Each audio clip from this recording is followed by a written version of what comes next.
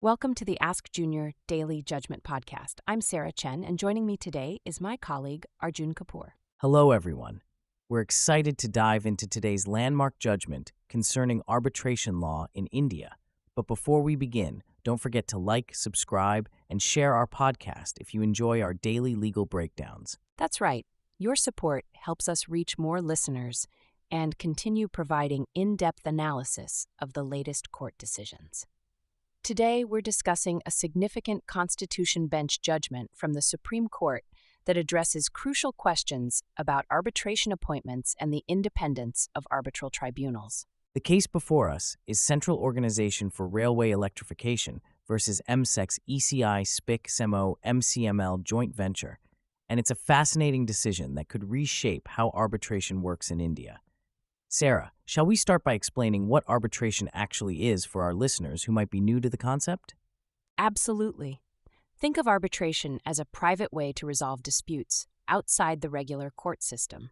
Instead of going to a judge, parties agree to have their dispute decided by one or more arbitrators. It's generally faster, more flexible, and confidential compared to court proceedings. And what makes today's judgment so important? The court was essentially dealing with a fundamental question. Can one party to a dispute have the power to unilaterally appoint an arbitrator or create a panel from which the other party must choose? It's like having one team in a football match choose all the referees.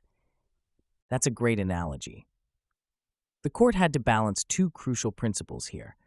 Party autonomy, which means the freedom of parties to decide how they want their disputes resolved, and the need for an independent and impartial tribunal.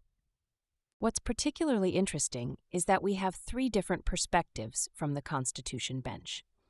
The majority opinion was written by Chief Justice Chandrachud, with a concurring opinion by Justice Roy, and a separate opinion by Justice Narasimha. Each approached the issue from a slightly different angle. Let's break down the majority opinion first. What did the Chief Justice hold? The majority opinion, authored by CJI Chandrachud, made several key points. First, it held that the principle of equal treatment of parties applies at all stages of arbitration, including the appointment of arbitrators. This means both parties should have an equal say in how the arbitral tribunal is constituted. That seems logical. After all, if one party controls who decides the dispute, it could affect the entire process, right? Exactly. The court also held that the Arbitration Act doesn't prohibit public sector undertakings from maintaining panels of potential arbitrators. However, and this is crucial, they cannot force the other party to select arbitrators only from their panel. Could you give our listeners an example of how this might work in practice? Sure. Let's say a construction company has a dispute with a government department. Under the old system, the government department might say, "Here are 5 retired officials we've chosen. You must pick your arbitrator from this list." The court has now said this isn't fair because it gives one party too much control over who will decide the dispute. The court also made an interesting distinction between sole arbitrators and 3-member tribunals, didn't it? Yes, and this is a crucial point. The court held that a clause allowing one party to unilaterally appoint a sole arbitrator is invalid because it gives rise to justifiable doubts about the arbitrator's independence and impartiality. This relates to earlier Supreme Court decisions like TRF Limited and Perkins-Eastman cases, right? Exactly. Those cases had already established that if someone is ineligible to be an arbitrator, they can't appoint one either. The current judgment builds on that principle and expands it. Yes, let's continue by examining Justice Roy's concurring opinion. Sarah, what additional perspective did Justice Roy bring to this issue? Justice Roy offered a nuanced view that's quite interesting. While he agreed with the Chief Justice that equality principles apply at all stages of arbitration, he differed significantly on how to reach that conclusion. He felt it wasn't necessary to import constitutional and administrative law principles into arbitration law. That's an important distinction. Could you elaborate on why Justice Roy took this position? Justice Roy believed that we can find all the necessary principles within the framework of the Arbitration Act itself. He emphasized that excessive judicial intervention should be avoided, and the focus should be on maintaining party autonomy while ensuring basic fairness through the Act's own mechanisms. And then, we have Justice Narasimha's opinion, which brought yet another perspective to the table, didn't it? Yes, Justice Narasimha's opinion is particularly fascinating. He emphasized three key principles: party autonomy, the duty to constitute an independent tribunal, and the court's power to ensure these principles are followed. But he strongly cautioned against making blanket declarations about the validity of appointment procedures. That sounds like a more flexible approach. How does it differ from the majority view? While the majority opinion effectively invalidates certain types of unilateral appointment clauses, Justice Narasimha suggested that courts should examine each case on its merits when applications are made under Section 11 or Section 14 of the Arbitration Act. He was concerned that a broad declaration might cause practical problems, especially in sectors dealing with multiple small claims, like insurance or credit card disputes.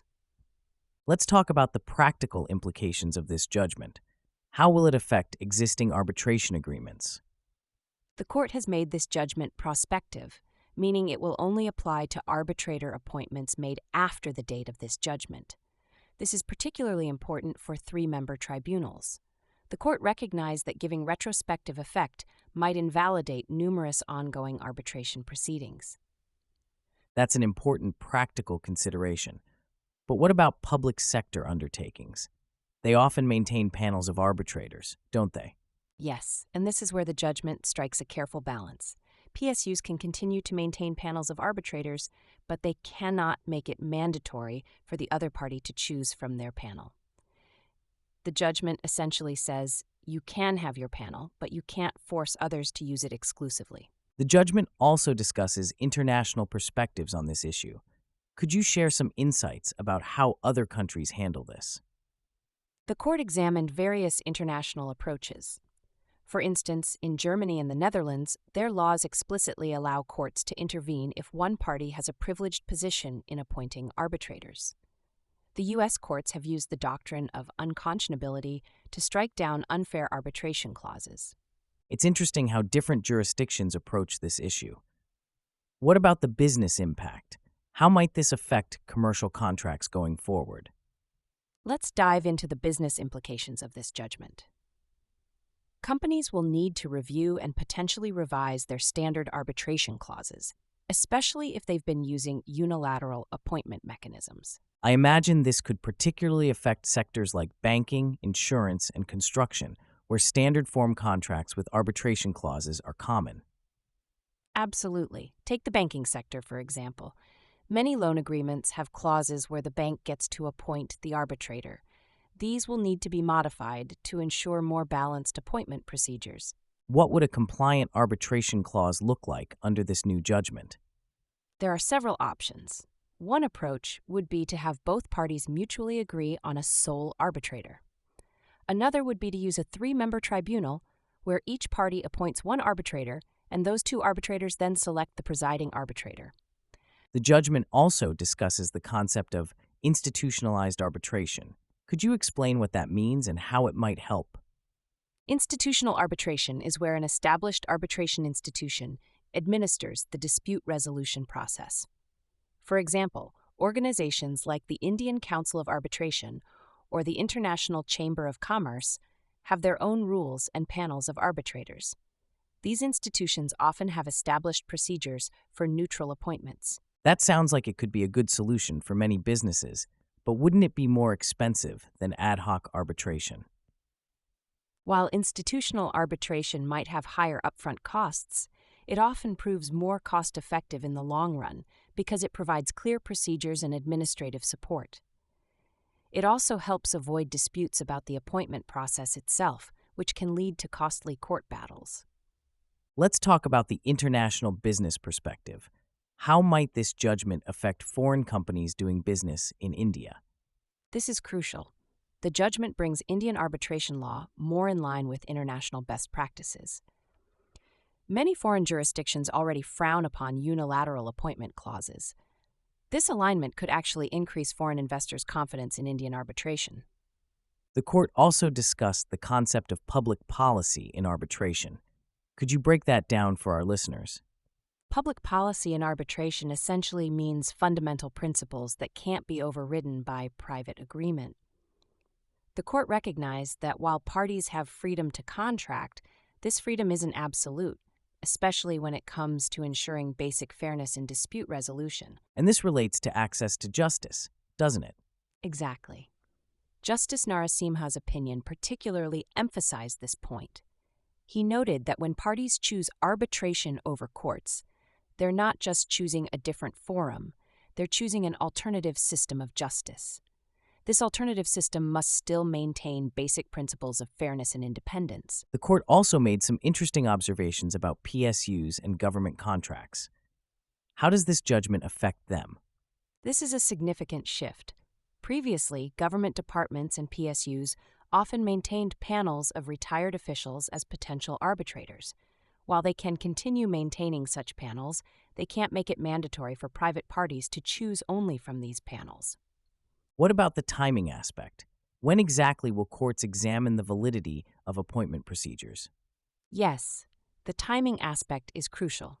The court clarified that challenges to appointment procedures should be raised either during Section 11 proceedings when a party approaches the court for arbitrator appointment or under Section 14 when seeking substitution of an arbitrator.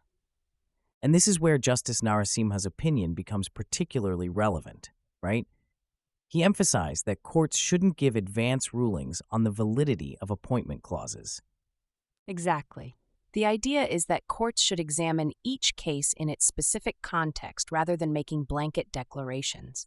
This allows for a more nuanced approach that can account for unique circumstances in each case. Let's break down Section 11.8 of the Arbitration Act, which plays a crucial role here. What does it require? Section 11.8 requires courts to consider two things when appointing arbitrators. First, any qualifications required by the agreement, and second, other considerations likely to secure an independent and impartial arbitrator. It's like a two-step check to ensure both expertise and fairness. The judgment also discusses Section 12.5 extensively. Could you explain its significance? Section 12.5 is fascinating because it makes certain categories of people ineligible to be arbitrators, regardless of any prior agreement. Think of it as a no-go zone. If someone falls within these categories listed in the 7th schedule, they simply cannot be an arbitrator. But there's a waiver provision, isn't there? Yes, and this is important. The proviso to Section 12.5 allows parties to waive these restrictions, but only after the dispute has arisen and through an express written agreement. It's like saying, now that we know what the dispute is about and who might be biased, we can consciously choose to accept that person anyway. This brings us to an interesting practical question. How should businesses draft their arbitration clauses going forward? I'd suggest several best practices. First, avoid any unilateral appointment mechanisms. Second, consider institutional arbitration where possible. Third, if maintaining a panel of arbitrators, ensure it's broad-based and gives the other party genuine choice, including the option to suggest arbitrators from outside the panel. The judgment also touched on international precedents. What can we learn from other jurisdictions? The court examined approaches from various countries. For instance, the German law explicitly allows courts to intervene if one party has excessive control over arbitrator appointments. The U.S. courts have used unconscionability doctrine to strike down unfair appointment procedures. Speaking of international aspects, how does this judgment affect international commercial arbitration involving Indian parties? While the judgment primarily focuses on domestic arbitration, its principles about independence and impartiality would likely influence international arbitrations seated in India. It sends a strong signal about India's commitment to fair arbitration processes. Let's discuss the implementation timeline. When do these changes take effect? The implementation timeline is crucial. The court has specifically made this judgment prospective, meaning it applies only to arbitrator appointments made after the date of this judgment. This was done to prevent disruption of ongoing arbitrations. That's important for businesses to note. And there's a specific distinction for 3-member tribunals versus sole arbitrators, isn't there? Yes, that's a key point. The prospective application specifically applies to 3-member tribunals. The position regarding sole arbitrators was already settled by previous decisions like TRF Limited and Perkins-Eastman cases. What about existing arbitration agreements? Do they all need to be amended now? Companies should review their existing arbitration clauses, but they don't necessarily need immediate amendment. If a dispute arises and the appointment procedure is challenged, courts will examine it under Section 11 or 14. However, for future contracts, it's advisable to revise clauses to ensure compliance. The judgment also emphasizes the importance of access to justice. How does this relate to arbitration costs? That's an excellent point. Justice Narasimha particularly emphasized that arbitration shouldn't just be for big businesses. The system needs to work for smaller disputes, too. This might require innovative solutions, especially for sectors dealing with numerous small-value disputes. Looking to the future, how might this judgment influence the development of arbitration law in India? This judgment marks a significant evolution in Indian arbitration law. It strengthens the foundation of arbitral independence while recognizing practical business needs. We might see more institutional arbitration, development of specialized arbitration centers, greater emphasis on arbitrator training and qualifications, and enhanced focus on transparency in appointment procedures. And that brings us to our conclusion. Any final thoughts for our listeners? Yes, this judgment represents a careful balancing act between party autonomy and arbitral independence. While it may require some adjustments in how businesses approach arbitration, the long-term goal is to strengthen India's arbitration framework and make it more credible and effective. And that wraps up our analysis of today's judgment. We hope you found our discussion informative and engaging. Before we sign off, we'd like to remind our listeners once again to like, subscribe, and share our podcast. Your support helps us continue bringing you daily updates on the most important legal decisions. And don't forget to tune in tomorrow for another exciting episode. Until then, this is Arjun Kapoor. And Sarah Chen, signing off. Thanks for listening to the Ask Junior Daily Judgment Podcast.